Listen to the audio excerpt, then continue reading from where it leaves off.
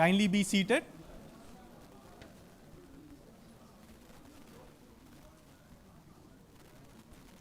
Request everyone to be seated. We are starting with the next session.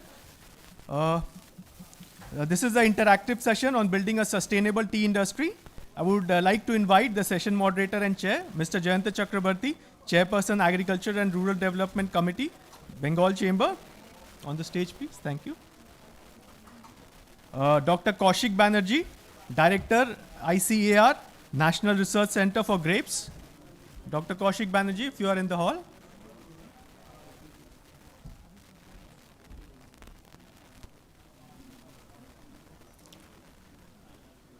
So if you could kindly come on the stage.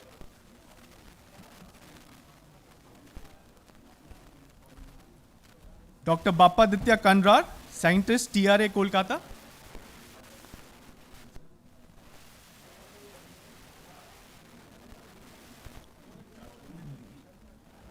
Dr. Bappaditya Kanrar. Mr. Masashige Igarashi, Director, Business Development, Agrochemicals, Nisho Chemical India LLP. So if you would kindly come on the stage.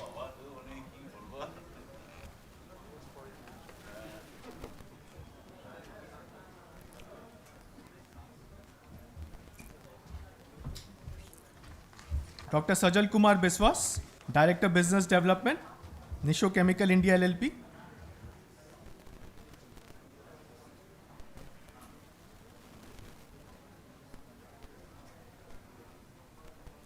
Dr. Pranjip Kumar Chakrabarti, former Special Additional Secretary and worked member of ASRB and Chief Scientific Advisor, Dhanuka Agritech Limited. Dr. Chakrabarti. Okay, he'll be joining us shortly. He's there or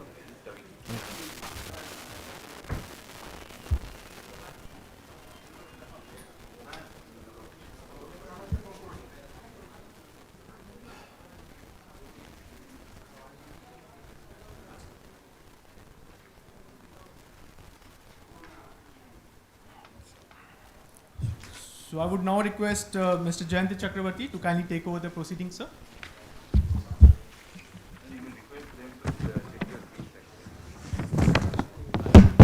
Kindly request all the delegates to take their seats, please.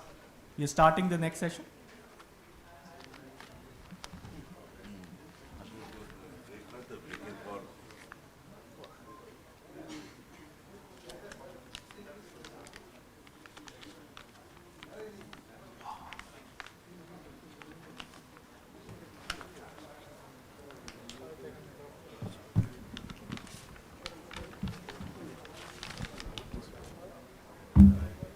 Good afternoon, everybody.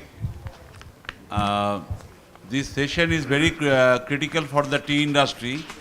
I think be it small or large garden, problem is the same here actually. Our session is here that building a sustainable tea industry, safe use of pesticides and implications of maximum residue levels, MRL, on the tea trade. So I think many of you are aware of this thing about the MRL, about the toxicity and all those things, but clarity is lacking in many aspects among the common users or the common people, those who are not associated with the tea also. I think the panelists here present here, I think the best of the minds in the plant protection subject is here. Dr. Kaushik Banerjee sitting right to me. He is the Director, ICAR National Research Center for the Grapes. One of the most important personalities in India on the pesticide residue managements on different crops and particularly on the grapes also. Because like tea, grape is also one of the major subjects where this traceability MRL issue is a big concern. Then Dr. Bappaditya Kanrar sitting next to me, Dr. Banerjee. He is a scientist from the Tea Research Association TRA based in Calcutta. Then Mr. Igarashi. He is the Director, Business Development, Agrochemical, Niso-Chemicals LLP. He is from Japan.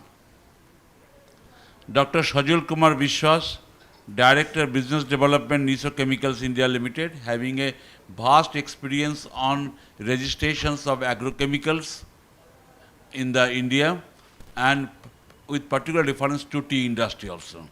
And ultimately Dr. Pranjeev Kumar Chakrabarti.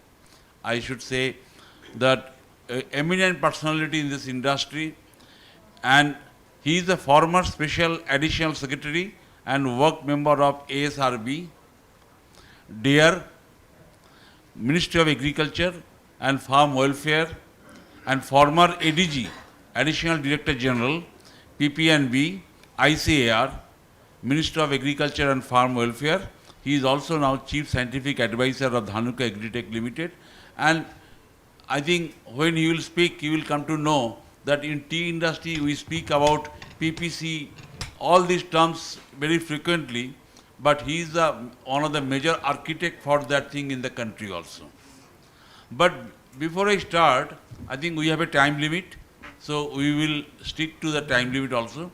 But many a times we have heard that pesticides is a nuisance, pesticides is a problem, it should be avoided. Even in the household also, those husbands who are working in pesticide industry, they are also looked as a second citizen. There is also a problem. Oh, you work in the pesticides, oh my God. They don't disclose their designation to their neighbor also, because they are representing on this thing. But it's not fact. Because without agrochemicals, plant protections, you cannot feed, first of all, 140 crore populations in the country, and whatever tea we are producing in tropical country like here, it is next to impossible also. Just give an example. Common salt is our day-to-day life we require. If we take it to the optimum dose, we will survive. If we take 500 gram, we will die. So it is not the problem with the common salt, it is the application problem. So here is also the same stories here also.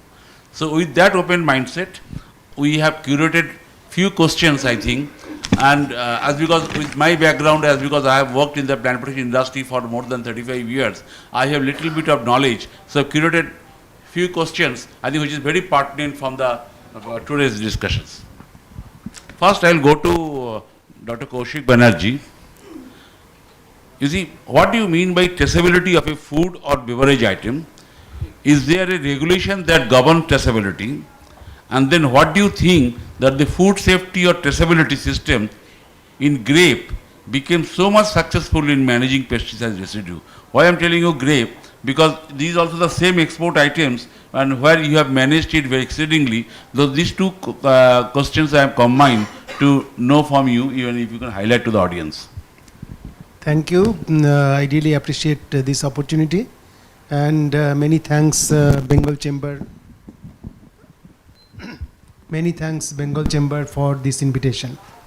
You know that in 2003, the Indian grape industry faced a lot of trade issue because almost 17 grape consignments, they were rejected in Europe because of detection of certain pesticides at above the European Union MRL. So at that time, European Commission, they asked India to establish a traceability and food safety program. And in response to that, this system came up, which is popularly known as GrapeNet. So that establishes complete traceability of grapes from pre-harvest level until the consignments are released into the market of the importing countries. So this entire system came up as an integrated feature, as a comprehensive strategy. And here what we did, we followed the procedure laid down in a EU regulation which mentions about which defines traceability in a way that every food business should have a system of traceability where any food item or the food ingredients can be traced through the entire stage of production, processing and distribution.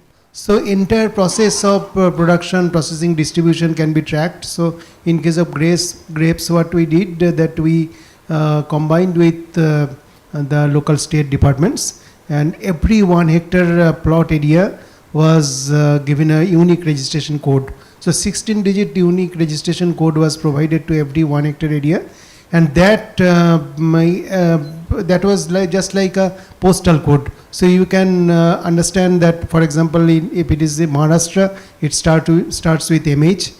Then we talk about district code, sub-district or taluka level code, and finally we reach up to the plot level in question.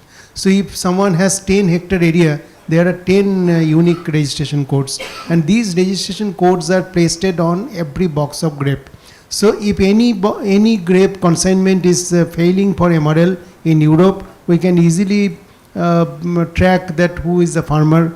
So what was the problem, whether he applied that pesticide or it has come through some indirect sources, what are the contamination possibilities. So many different things can be tracked. And many a times what happens that Europe sometimes, because of trade issues, they failed some of our samples. At that time we have a possibility to fight against them. We can say that no, it has already been tested in India.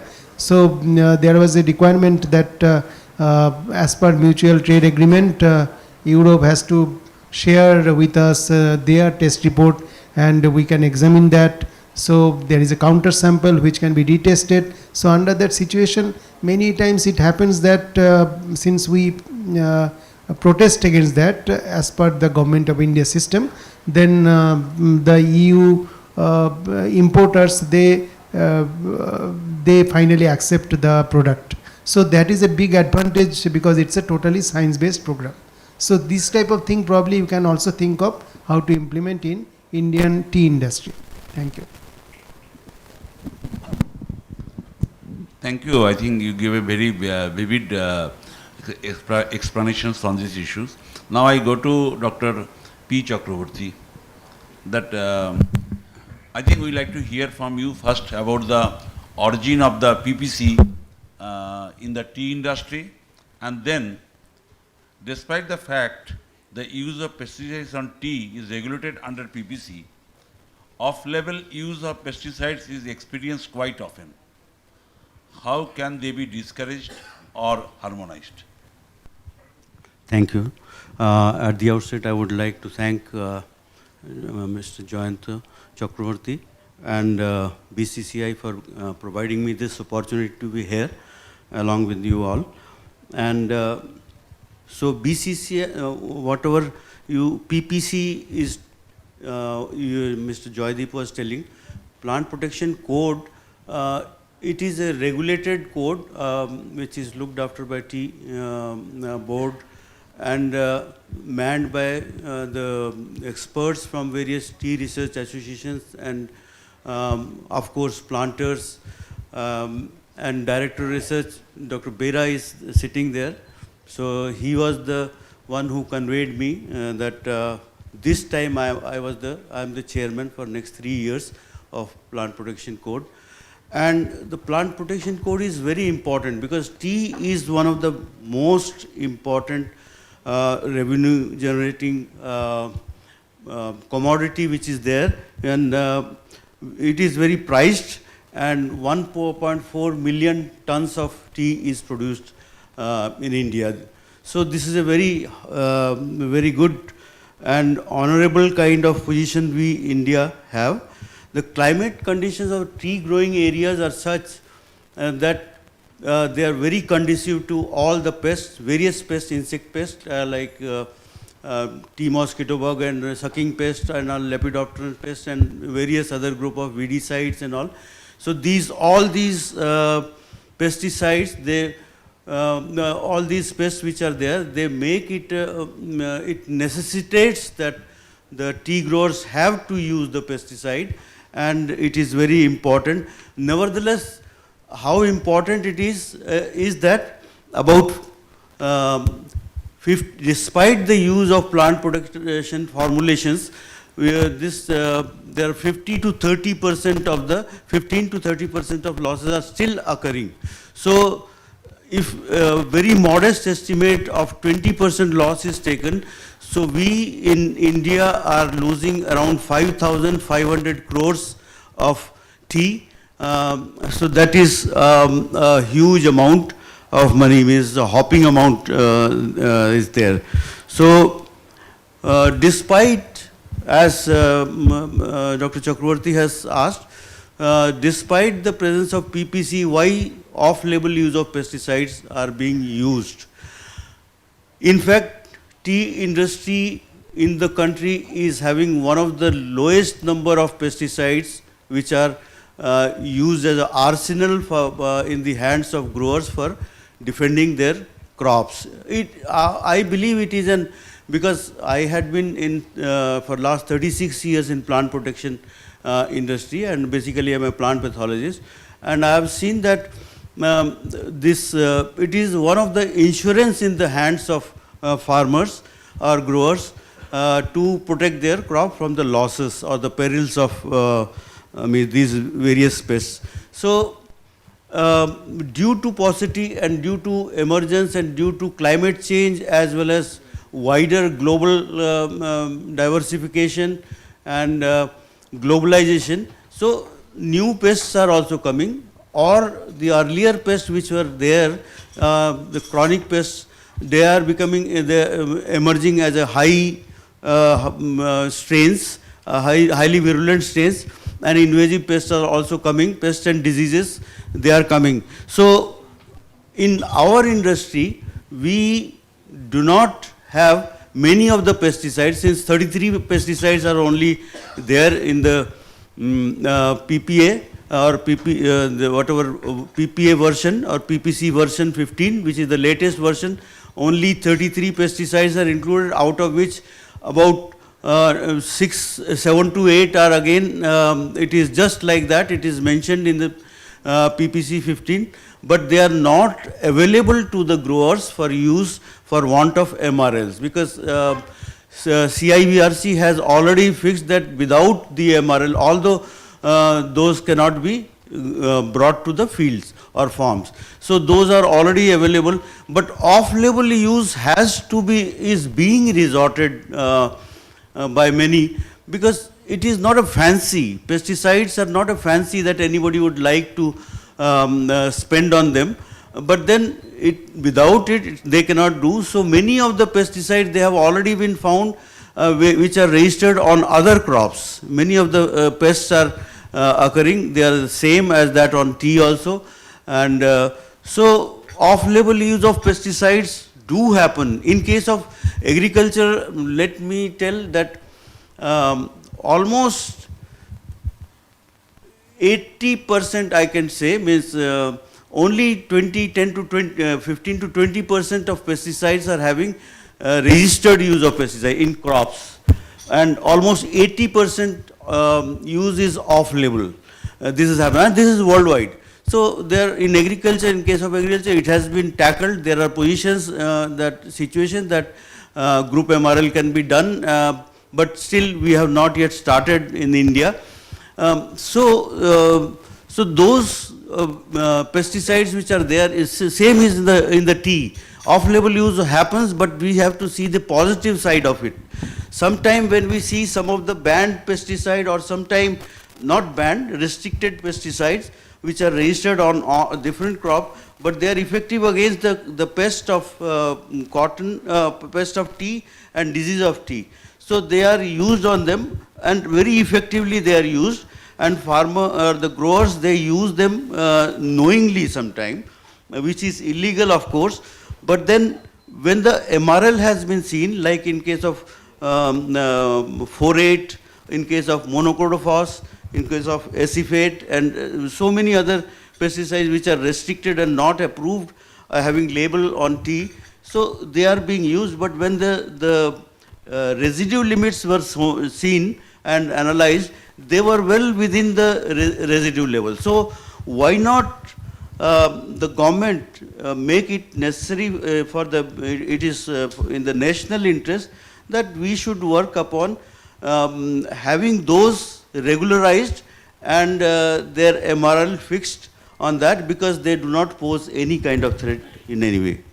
I think Dr. Chakravarti is a very, very valid question, proposal that many of the products beyond the scope of PPC are being used in the garden, but how to regularize those things for the benefit of the grower is a very pertinent subject. Now we will go to some different parts of the world, to Japan. Mr. Igarashi, yeah.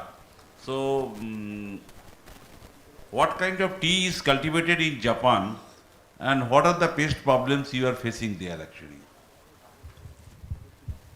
Okay, first of all, please let me express my appreciation for every attendees and the Bengal Chamber of Commerce. Thank you very much. Yes, regarding the tea and the pest control in Japan, please let me introduce some kind of difference of Indian tea and Japanese tea. First of all, as you may have heard, that our tea is 99% green tea. Yes, there is some limited black tea, but mainly green tea. Yes, and the main, regarding the pest control, I can say it is similar, but a part of it has great difference. Yes. First, what kind of pest? What kind of pest is the problem in Japan? First, from insect point of view, there is slight difference. The one is scale, mealybug. The second, leaf roller. The third one is mite. Yeah, it is same, totally same. Mainly for red spider mite, Tetranicus. From fungus point of view, yes, almost same. Red rust, fusarium, but one of other fungus disease that is named leaf blight also. Then, from fungus point of view, there is huge difference. Yes, for Indian tea, actually, fortunately, I have a great experience in Dibrugarh, Assam, Tinsukia, Assam, and West Bengal also, Terai region and Duaz region. I have visited to Nagrakata and having attendance for planters meetings, and I now have known that insecticide, it is very important in India, more than fungicide. But in Japan, totally different. Fungus disease, this is the severity is very, very large than insect disease. So, from this point of view, actually, we have much application for fungicide. But at the same time, even I told you insecticide has less importance than fungus disease, fungicide, but I can say the application amount of application is larger than India, even in insecticide. You know, our MRL, suppose acaricide, we use similar active ingredient in Japan. Hexythiazox, phenazoquine, pyroxysimate, pyridaben, yeah, similar. But our MRL is at least 5 ppm. 5 ppm for propargite. But most of the acaricide, even in fungicide, the MRL is more than 10. I suppose maximum maybe 40 or 50 ppm, because our consumption of pesticide is 10 times more than Indian. Yes, actually, our government has very, very strict registration process, and all the safety is evaluated by the government, and the government allow such a high number of MRL. So there is I think, the great difference of Indian tea and Japanese tea. Thank you. Thank you. I think you have highlighted a very pertinent replies to this audience actually. And you are in Japan, mostly it is fungicides, where it is in insecticides also. And your MRL levels are quite high actually. Now I'll go to Dr. Sajal Biswas. You are working in this industry for a long time. You see, you tell us how tea exports are impacted if products used in Indian tea are not registered or banned in importing countries. You got my, suppose I am Yes. using a product in India that is not registered in, suppose in Europe, or that is banned in the Europe. So how the export will be impacted because of that applications? Well, first of all, thank you, BCCI, for inviting us for this conclave. Yes, your question is very right, because really problem, because you know that product, if it is not registered in a country or importing country, and now you are sending some tea or grapes, whatever it is, commodity. So obviously, the issue of the MRL will be coming. That whether, how they will see the product which is used in India, which is not registered in that country, what is the MRL level and others. And it will obviously detect it, then the consignment will be returned. So solution is that in such case, there is a called temporary MRL, means import tolerance. So the manufacturer, they have to apply, whether it is EU or any country, especially in EU, for import tolerance. For import tolerance also, it's not easy. It is just like almost a semi-registration. You have to provide a lot of data for that and lot of fees, and they will be evaluated, and then you will get a import tolerance, which is a temporary MRL. Now, this is mandatory when the product is not registered in that country. Even if you have seen a couple of years back, basmati rice was facing problem in Europe because of the product tricyclazole. Because tricyclazole was not registered in USA. So, actually I was that time working in Indophil, who is the another manufacturer of this tricyclazole, and with the help of Dow, we jointly took the import tolerance there. And then the hassle-free export started from there. So this is very important that in such case, import tolerance has to be there. Like even if the product is suppose sometimes in the ban or restricted in use, sometimes even after the ban, the old MRL is still existing, but they make it into default, 0.01. Now to maintain that 0.01 is not easy. Now in that case also, sometimes some of the companies 100% make sure that zero residue commodity should go there. For that, they have to do some study in India with the help, in case of tea, maybe TRA, or even I know that several companies approached to NRCG for grapes for zero residue studies. So they use the sample in recommended dose, and they find these, how long the period it goes to zero residue. And the pre-harvest interval was determined by that. And that remains applicable to this export commodity to make zero residue. So that even some issues are there, it will be safe and hassle-free export. So these are the two concepts.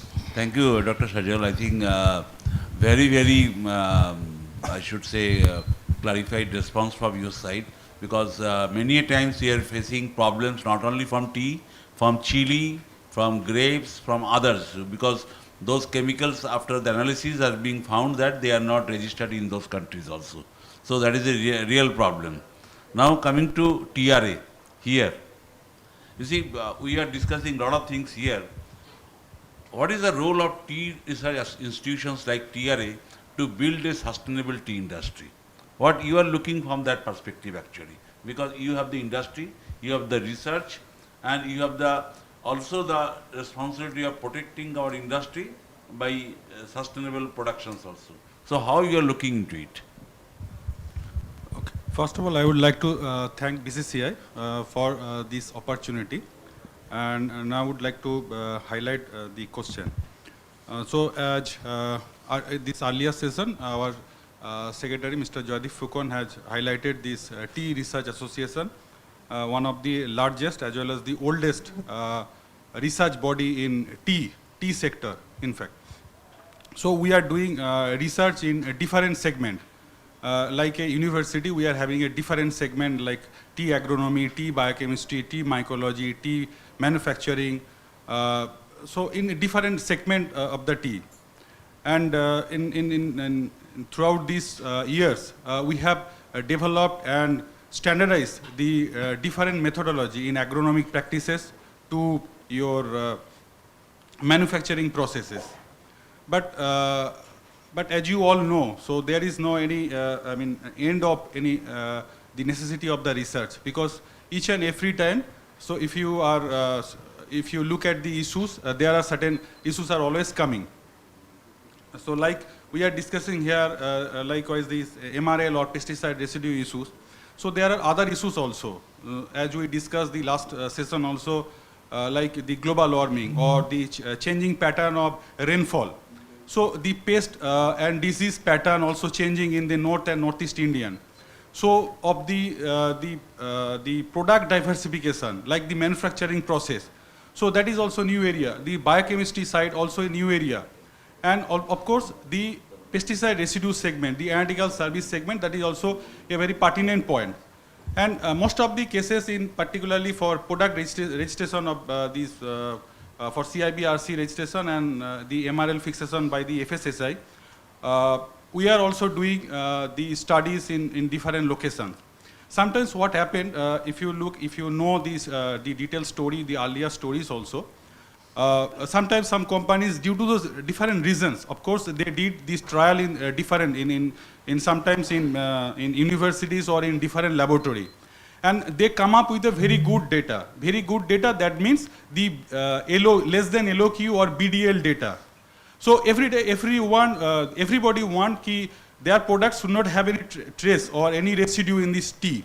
So they come up with this BDL or less than LOQ data, and they submit to the CIBRC for the product registration.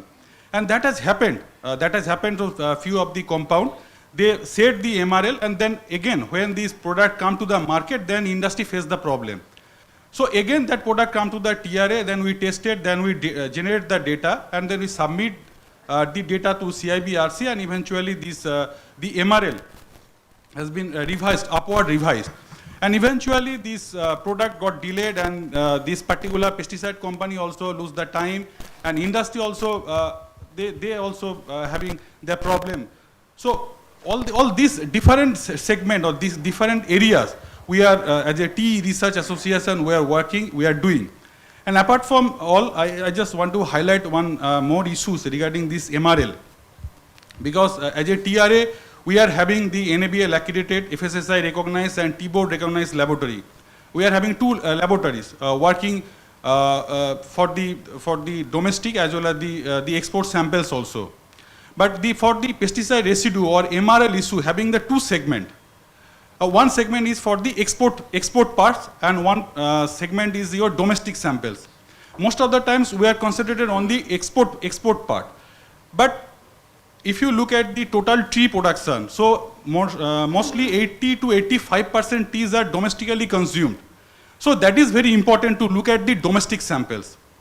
And if you look at the domestic samples, the domestic regulation, like this, as Sarah has rightly pointed out, this PPC, Plant Protection Code, and other regulations, sir, I will take 1 or 2 minutes more, sir. So basically the other regulation is the FSSI regulations. Both these regulations are for the domestic, this domestic market and the domestic regulation for. And in FSSI having the 33 chemicals, 33 pesticides rather, in altogether 53 parameters in pesticide, heavy metal, quality parameter, general parameters. And in PPC, we are having although 48, 49, but if you look at the pesticide molecule, it is having 39 molecules. So in normal testing, we are normally testing this 39 chemical for the PPC, and for FSSI 33 chemicals. And if you look at for the regulation point of view, the Indian tea is doing fantastic job. If you look at the regulation point, the domestic regulation point of view, either it will be a organized sector, or it might be coming, the tea is coming from the small tea growers. So there might be a certain percentage of the non-compliance, but the major point is that I would like to highlight the awareness or the consciousness about the quality. So that is the importance of this PPC and FSSI body or the regulator. Everybody has now the awareness of the quality. Everybody wants to produce the quality tea. And that is the, I think that is the major role or the major area TRE is working. And I would also like to highlight one or two more points, because this today's situation is not arrived, has not arrived the one day. Because if we look at the 2010 or 8 or 9, that time the only 5 chemicals were there that was only monitored by sometimes maybe some of the companies they used to test or not. But the total scenario has changed 2013-14 when the Tea Board has introduced the Tea Council.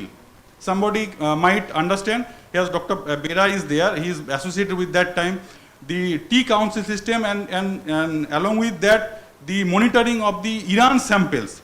And simultaneously, Tea Board has started the monitoring of the market samples analysis. So that was the beginning and that was the thrust area, and it has changed the whole market.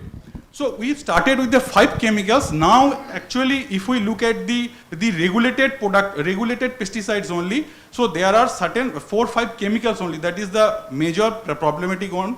But if we look at the last 28th April 2023, the FSSI last this circular, it has revised the 5 pesticides MRL.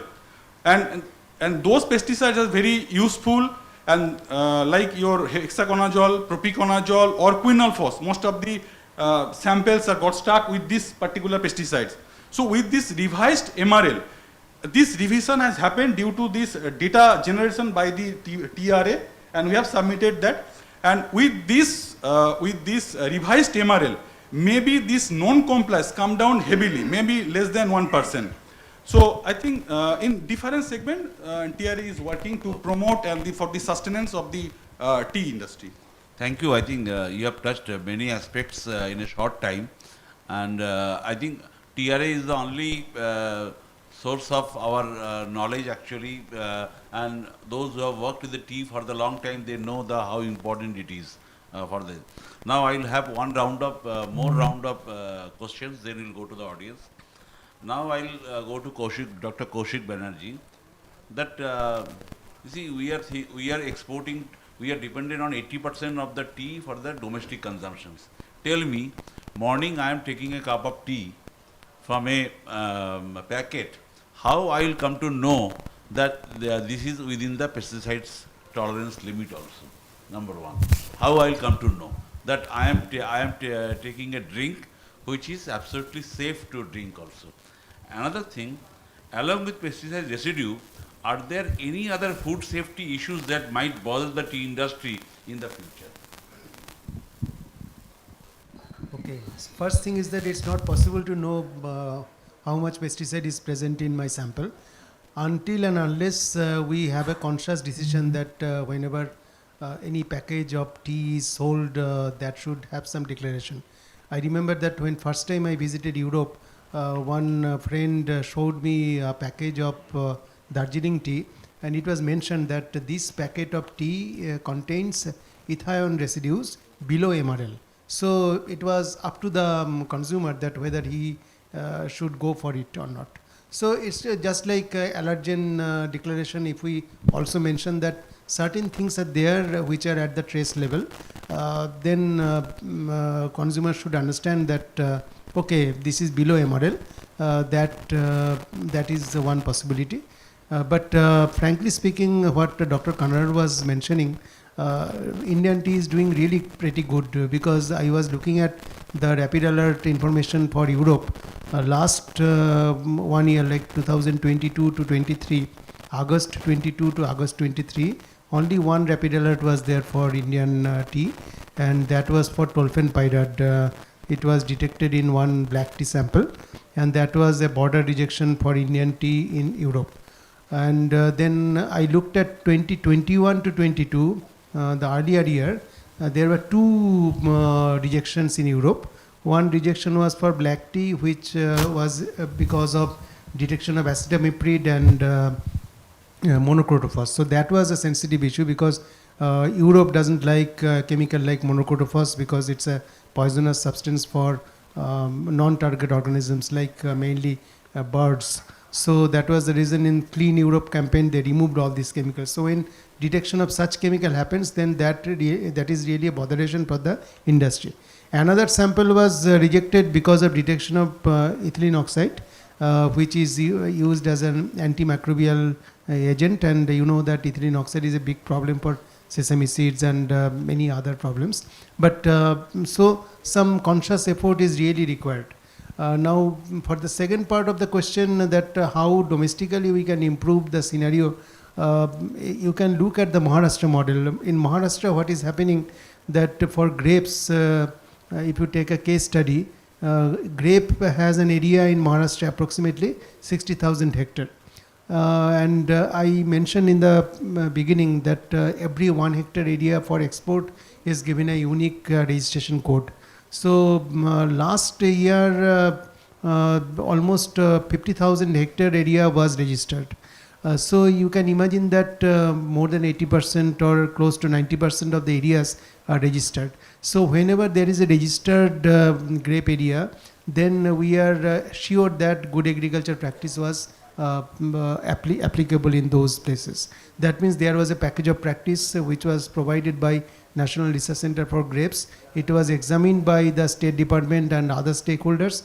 That implementation of package of practice was really happening.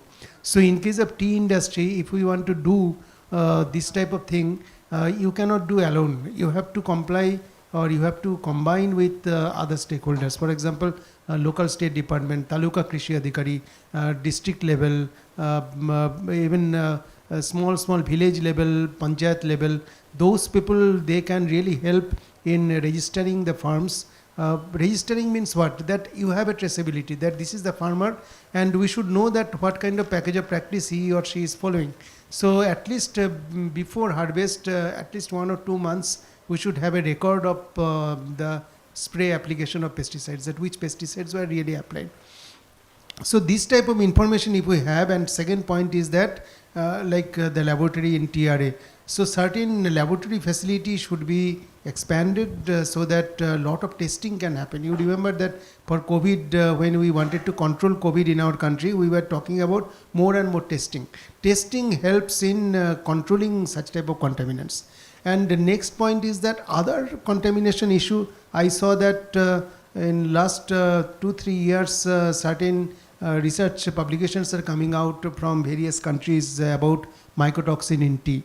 You know that tea has infection by aspergillus, and it is possible that tea may contain aflatoxins, ochratoxin A, etc.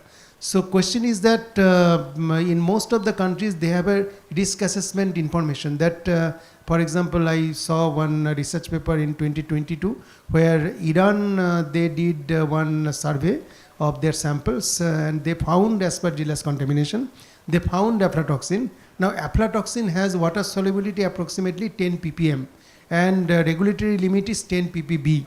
So you can imagine that if we have a contaminated tea sample, if we prepare tea, there is a possibility that the compound will come to your decoction, that water extract. So under this situation, there could be a health risk. Now they published such type of information that although aflatoxin and ochratoxin A was detected in some of the Iranian tea samples, but they were below the tolerance limit. So that type of information is very good for the industry, that really there is no risk. Similarly, they did heavy metal study like lead, cadmium, manganese, such sort of metals, that although metals were detected, but those are all below the tolerance limit. So such type of information if we bring, so it will be a science-based approach. So we know that there is a principle of toxicology, that everything in excess is toxic. So we should remember that we also have a proper metabolism system by which we can degrade pesticide, we can eliminate contaminants from our body. So such type of thing, such kind of educational thing we should promote to the stakeholders, especially our consumers, so that they can understand that okay, we should know that this type of contamination at a trace level is acceptable and it is not going to cause any harm. because anyway, most of the residues will remain in the solid part and they don't come into the water extract. So that is a big advantage. But what we miss, that that type of information is not available with the common people. That type of awareness we should bring together through a consolidated system. Thank you. Thank you, Dr. Banerjee. I think it's a very important updates he has given. One is about the transparency and availability of the informations to the users. That to what extent this is, you can say traceability is on one portion, and one portion good agricultural practices, how to impart these things in the tea, because they have implemented in the grapes, so it can be done in the tea also. So now, Dr. Chakraborty, are there any alternate method of risk assessment which would be uncompromising with biosafety, yet providing more realistic levels of residues for fixing higher MRL for pesticides? Yes, Dr. Chakraborty, there are ways, because like the risk assessment based on brew factor of the tea, as Dr. Kaushik has also told, this concept was brought, and the status paper was presented by India and China, and prepared by and also followed and supported by many other countries also, developing countries mainly.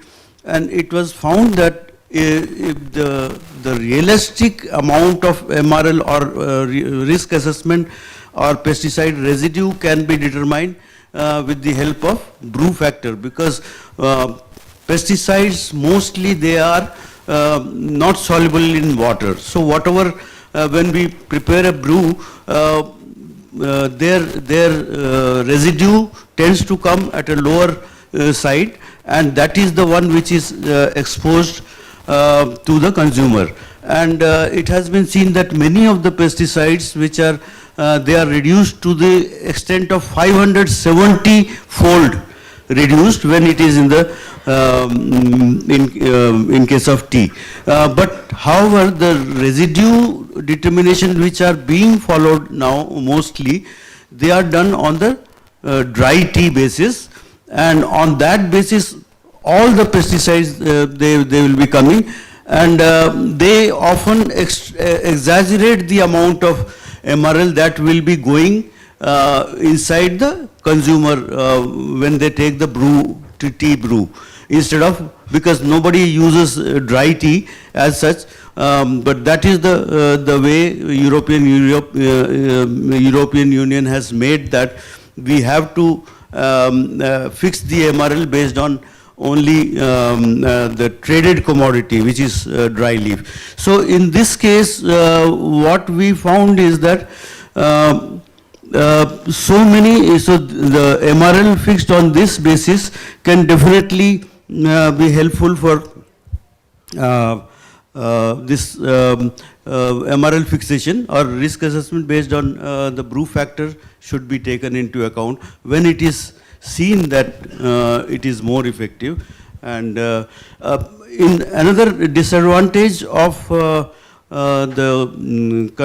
doing risk assessment based on the dry tea leaf is that many of the effective pesticides, which are because of the exaggeration and over the limit shown which is there in the tea from the dry tea, so it renders many of the very effective pesticides unusable. It removes from the small, already having small kitty of pesticides on tea which are registered in the country. So they tend to remove, if the MRL is tested or risk assessment is done based on the dry tea leaf. So it is not a realistic MRL or toxicity or risk assessment which is going inside the person or who is being consuming it. One point, Mr. Chakraborty, I am just going to take.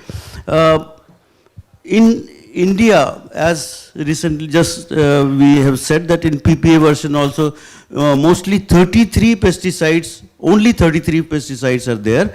However, in the world, there are in total 832 MRLs are already fixed on tea. So many of the countries like European Union itself has a MRL for 511 pesticides. Similarly, Japan has a MRL on 210 pesticides. FSSAI has 36. Codex Committee has 26, and USA has 51. So many of these are available in the world, and through government we can engage with the government and create some kind of fast track provision for fast track registration of those pesticides which are not present in India, because all these 33 pesticides have already been exposed to selection pressure. So the insect or the strains of pathogens which are existing in India, because they are registered otherwise in other crops, so they might already have started developing some kind of resistance. So why not the new pesticides which are there with the due data protection and with the due which are still under IPR, they can be brought, and fast tracking of those can be done with the help of CIBRC and FSSAI. One small point I would like to add, it is in a happy note, I just would like to say that on 7th August, this FSSAI had a meeting with this special scientific group, and they have rationalized or harmonized all the MRLs based on, again, based on European Codex values. And wherever our values are lower, so their higher values have been harmonized, because it is not simply extrapolated, but it has been subjected to risk assessment, those values. And it has been found that Indian tea, they come very well within those kind of tolerance of residue limit. So this is one of the very good news, and soon they will be put up onto, it has been approved by scientific panel, it has been approved by CIBRC, and it will be put on public domain for opinion, and subsequently they all will be about not only tea, but overall more than 1,000 pesticide host pest combination MRL has been harmonized in that way, so that will be very beneficial to Indian industry. Thank you. Thank you. I think we are overshoot at our time, so I'll take one question to you, and then we'll go to the audience for one or two questions. Dr. Sajal, what do you think about the possible threat to Indian tea from the consumer point of view? Well, threat, I think since morning, a lot of speakers has talked about the cost of cultivations high and not getting the right price. Even when we visit the tea gardens also, talk about garden managers, so they are also saying the same thing. So this is one threat is from the cultivation, the cost of tea leaves, profit, there is a threat, means not profitable, it was looking that. Even some figures was also shown. And luckily, yesterday when I was coming from Delhi, in the flight there is a magazine, Vistara magazine. In that magazine, in the business part, there was a topic, say one sector, quick service restaurants. Yes, sir. I'm reading that, so it says that even after coming to hotel, I go into Google and search it on that, the trend, liking of tea versus coffee is absolutely now a change. Young generations, they are switching more to coffee than tea. Maybe Mr. Bishwas has, when his presentation was showing some of, I don't remember the slide, that some value addition needs to be there, or encouragement, or bring some aroma into this tea to encourage more of tea drinking like this.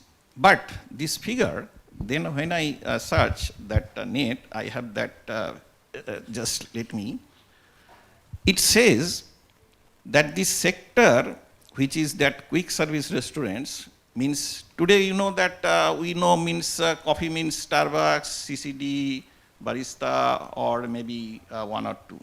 But actually, in that paper, the paper it says today there are all over India almost there are 30 chains, small and medium size, in the name of some cafes or some coffee or something. Mostly it is in Bangalore, Hyderabad, Gurgaon, Delhi, Mumbai, even some Calcutta also.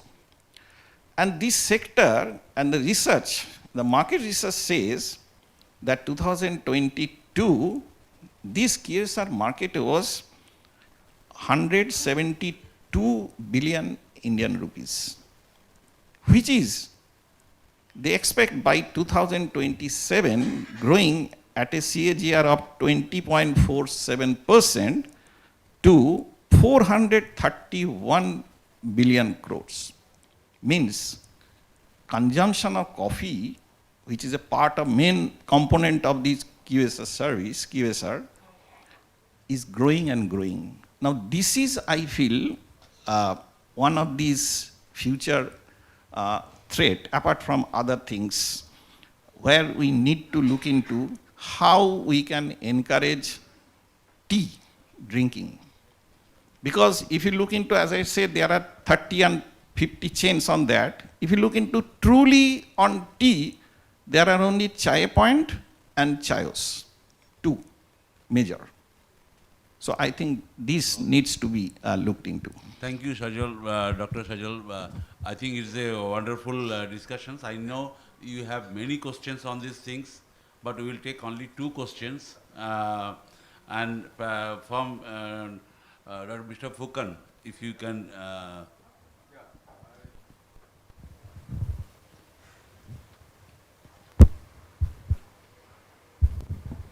No, I think both the gentlemen, especially Dr. Chakraborty and Dr. Banerjee, has been very, very helpful to the tea industry. Like I said, they work quietly behind the scenes, but I think they move things. I think thanks a lot to both of them.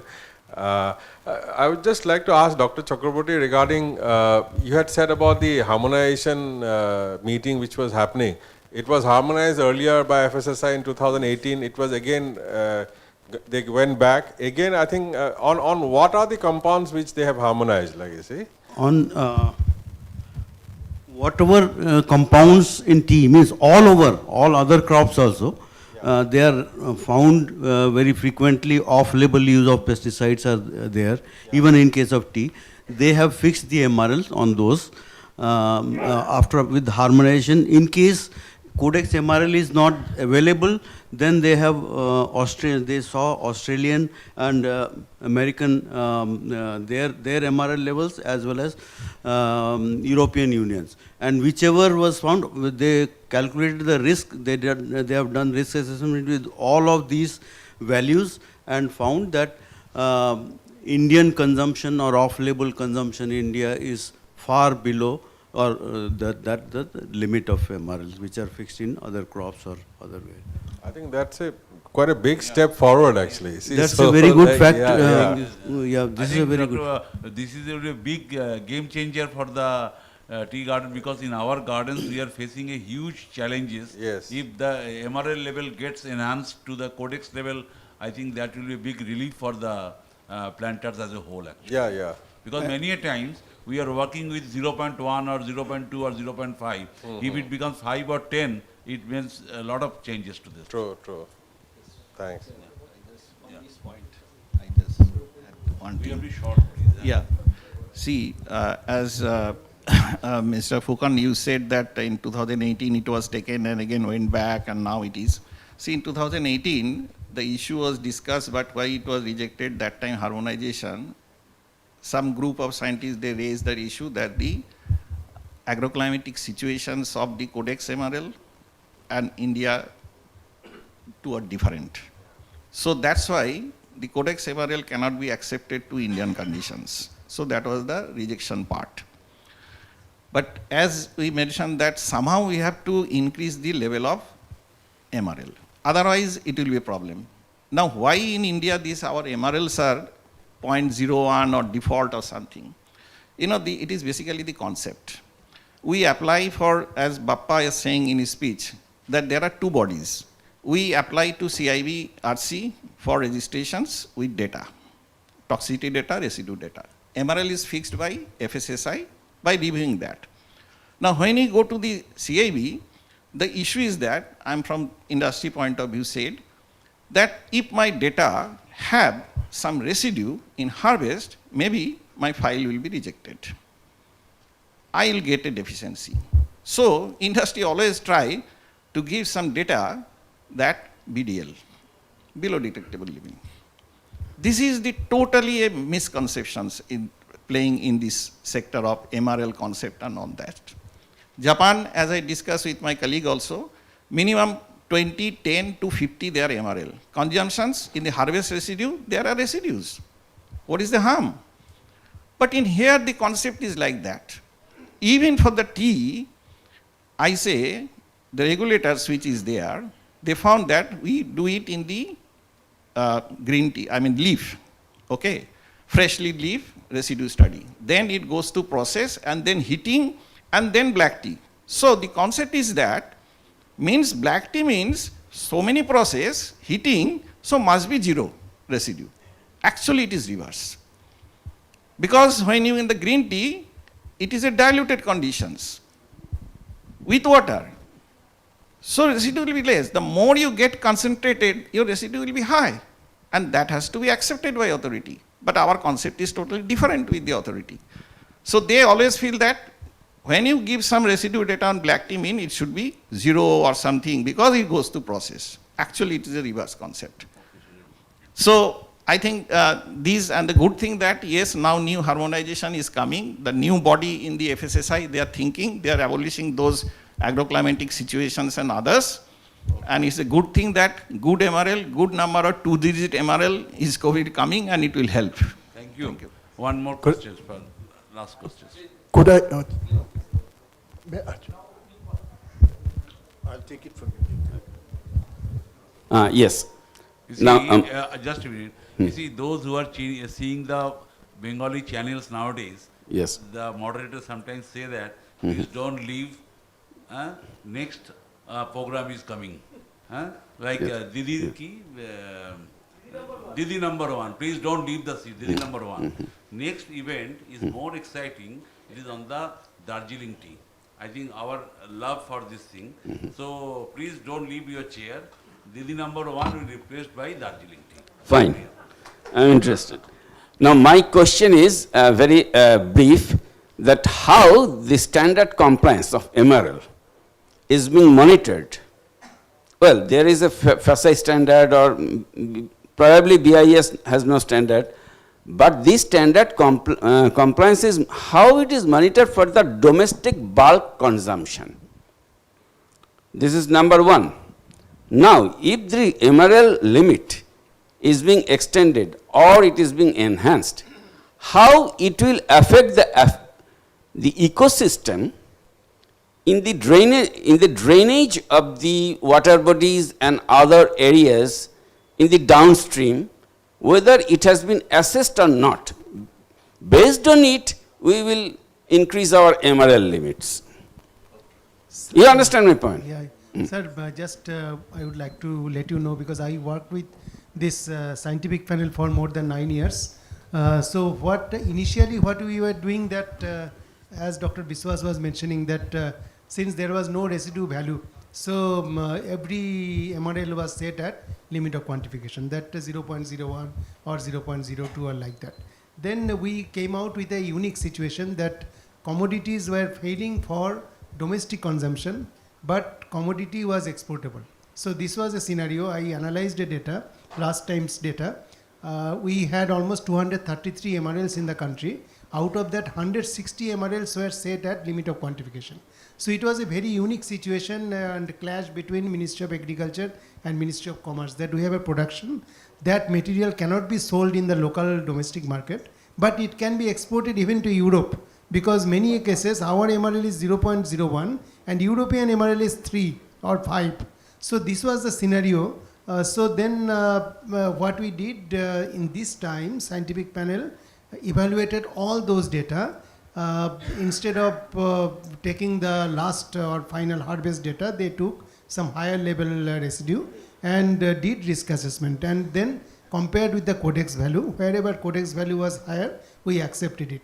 So for pesticide registration, invariably the companies also take up studies for residues in soil, residues in water, their toxicological effect on various non-target organisms, and all these things, all data are available.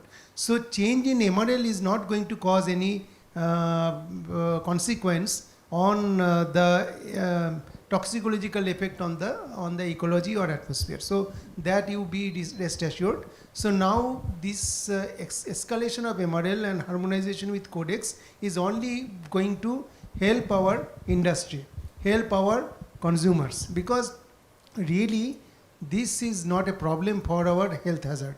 Tea, if we drink actual water extract of tea leaves, on which the MRL is actually applicable, because MRL is applicable on the raw agriculture commodity. So they were applying on the raw agriculture commodity, but actual thing is consumed.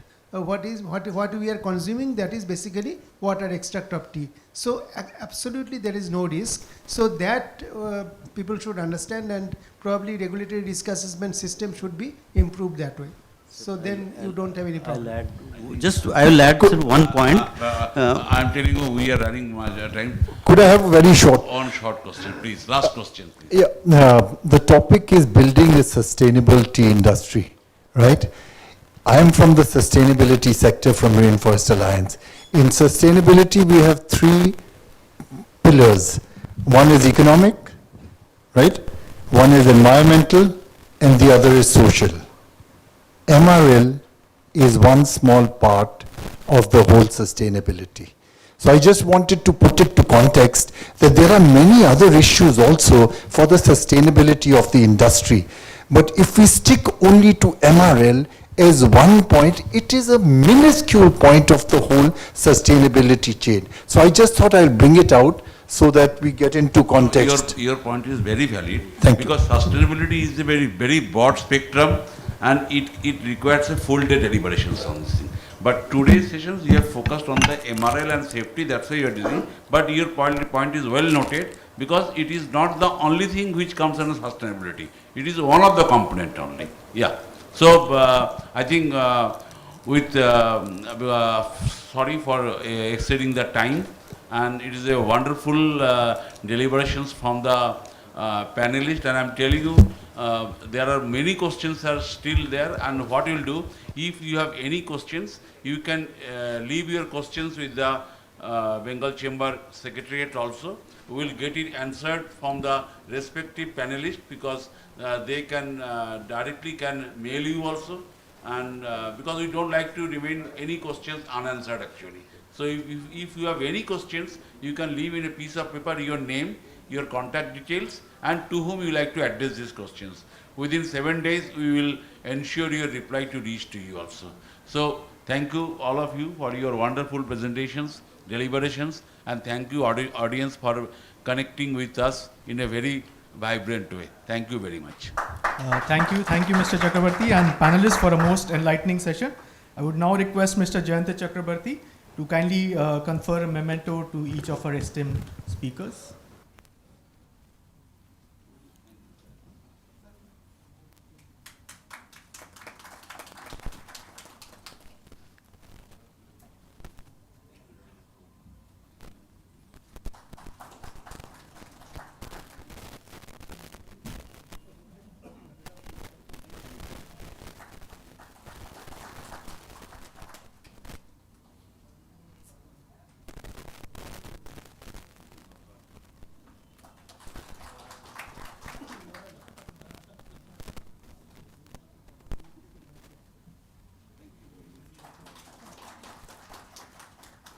Thank you. We'll have a group photograph.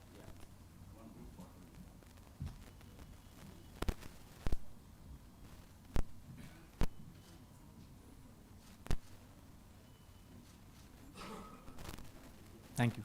Thank you.